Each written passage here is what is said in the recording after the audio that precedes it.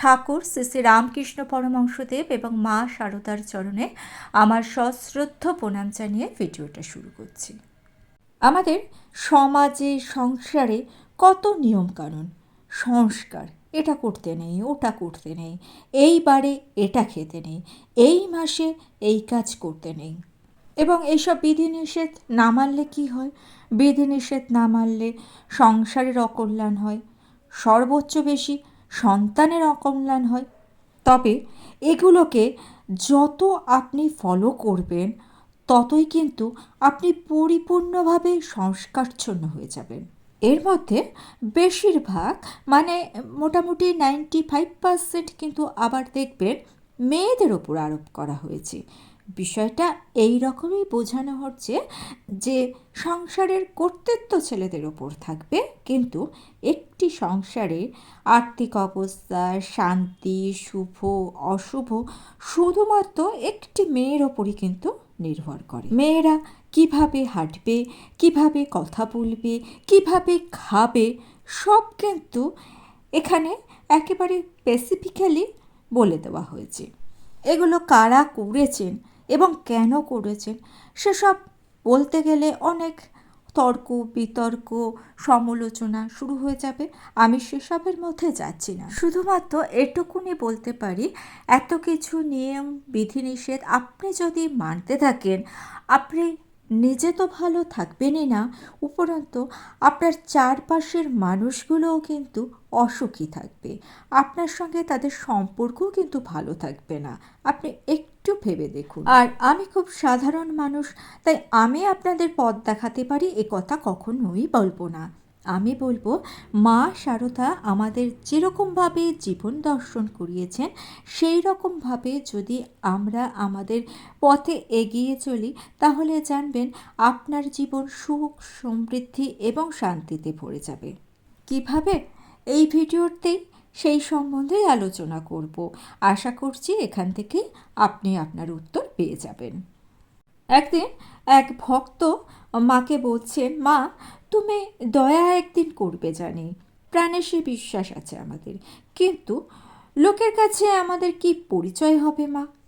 তোমার সন্তান হয়েও তো আমরা সাধনহীন, ভজনহীন, ভক্তিহীন, বৃত্তিহীন। আমরা যে তোমার মুখ ছোট করেছি মা। মা উত্তরে তাকে বলছেন, তুমি বলছো তুমি আমার মুখ ছোট করেছো? কখনোই তো তা নয় বাবা, তোমরা আমার মুখ উজ্জ্বল করে রেখেছ। ভক্ত তখন মাকে বলছেন, তা কি করে হয় মা? আমরা কি এমন করেছি যে আপনার মুখ উজ্জ্বল হয়েছে?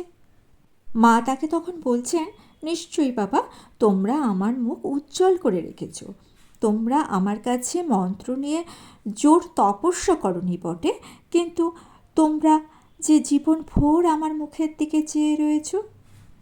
তোমাদের অন্তরের আশা ও বিশ্বাসে আমি তোমাদের সব ইচ্ছা পূরণ করব। আমার আশীর্বাদে তোমরা হবে মহৎ, পাবে পথের দিশা, পূর্ণ হবে তোমাদের জীবনের সমস্ত স্বাদ। তোমাদের অন্তরের আশা ও বিশ্বাসের জ্যোতি তো আমার মুখের ওপর পড়ছে, এ কি কিছু কম হলো বাবা?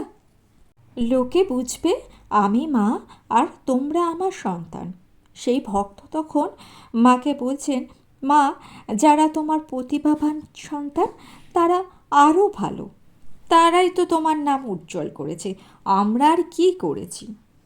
মা তখন ভক্তকে বলছেন, না বাবা, তারা কত ত্যাগ তপস্যা করে তারপর তারা প্রতিষ্ঠিত হয়েছে।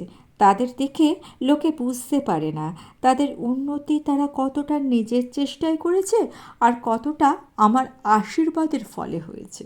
কিন্তু তোমাদের সম্বন্ধে তো সে সন্দেহ কারো মনে জাগবে না। লোকে তো জানতে চায় আমার কৃপায় কোনো বিশেষ ফল আছে কি না। জীবনের উদ্দেশ্য একমাত্র ঈশ্বর লাভ, এছাড়া আর কোনো উদ্দেশ্য নেই। সেই কারণে পারিপার্শ্বিক ঘটনা এবং অবস্থার উপরে তিনি কখনোই কোনো গুরুত্ব দেননি। এটা করতে নেই, ওটা খেতে নেই, এই রকম নানান রকম আচার বিচারের ঊর্ধ্বে গিয়ে একমাত্র ভক্তিকেই তিনি প্রাধান্য দিয়েছেন। মায়ের এক ভক্ত চা না খেয়ে মায়ের ধ্যান জপ কিছুই করতে পারতেন না। সুতরাং মন্ত্র গ্রহণের পর তিনি মাকে তা জানিয়ে মার নির্দেশ চাইলেন। মা বললেন, বাবা, মা কি আবার সৎ হয়? তোমার যেমন মন চায় তুমি তেমন করবে। আগে খেয়ে নিয়ে তারপর জপ ধ্যান করবে, তাতে কোনো দোষ নেই। একদিন মায়ের এক ভক্ত নলেনবাবুকে মা পুলি পিঠে খেতে দিলেন, কিন্তু সেই সময় তার জননী দেহত্যাগ করায় সেই সময় তার অসৌচ চলছে। সেই অবস্থায় পিঠে খাওয়া ঠিক হবে কি না মার কাছে নির্দেশ চাইলে মা বললেন, তাতে দোষ কি বাবা? আমিও তো তোমার মা, আমি দিচ্ছি, এতে কোনো দোষ হবে না। শ্রীমা তার ভক্ত শ্যামাচরণ চক্রবর্তীকে আহার সম্বন্ধে উপদেশ দিলেন, বাবা, তোমার মাছ মাংস যা খেতে চায় সব খাবে, তবে কয়েকটি জায়গায় একটু মেনে চলতে হয়। ঠাকুর বলতেন, আদ্যর শ্রাদ্ধের অন্ন এবং প্রায়শ্চিত্তের অন্ন খেতে নেই। মায়ের এক স্ত্রী ভক্ত মাকে প্রশ্ন করেছিলেন, মা, স্ত্রী লোকেরা অশুচি অবস্থায় ঠাকুরের পুজো করতে পারে? শ্রীমা এই বিষয়ে ঠাকুর তাকে যেরকম উপদেশ দিয়েছিলেন সেই মতোই বললেন, চলে, যদি ঠাকুরের ওপর তোমার তেমন টান থাকে তুমি পুজো করো, কিন্তু মনে যদি কোনো দ্বিধা আসে তাহলে করো না। অর্থাৎ এখানে মা বোঝাতে চাইছেন, মনই সব, মনেই সূচি, মনেই অসুচি, মনেই সমস্যা, আবার মনের মধ্যেই রয়েছে সমস্ত সমস্যার সমাধান। একই মাটিতে বীজ বপন করা হয়, কিন্তু যে মাটি কর্ষণ করা হয়, যত্ন করা হয়, সেই মাটিতে কিন্তু বীজ থেকে চারা গাছ তাড়াতাড়ি বেরোয় এবং সেই চারা ধীরে ধীরে বড় হয়ে ওঠে। ঠিক তেমনি আমাদের মনই হলো শক্তির আধার, আর আমাদের মনেই রয়েছে জীবনের সমস্ত সমস্যার সমাধান। আপনার ভক্তি, বিশ্বাস এবং সমর্পণের মধ্যে দিয়ে আপনার মনের মাটিকে যত উর্বর করে তুলবেন, ততই ফুলে ফলে ভরে যাবে আপনার জীবন। আপনার জীবনে সুখ সমৃদ্ধির কোনো অভাবই হবে না মায়ের কৃপায়। আর ভিডিওটা ভালো লেগে থাকলে ছোট্ট করে একটা লাইক করে দিয়ে চ্যানেলটিকে সাবস্ক্রাইব করে নিয়ে পাশে থাকা বেল আইকনটা প্রেস করে দিয়ে অল অপশানটা ক্লিক করে দেবেন, তাহলে যখনই নতুন কোনো ভিডিও আপলোড করব তার নোটিফিকেশন আপনাদের কাছে পৌঁছে যাবে। মা এবং ঠাকুরের চরণে প্রণাম জানিয়ে আজকে এই পর্যন্ত। Thanks for watching.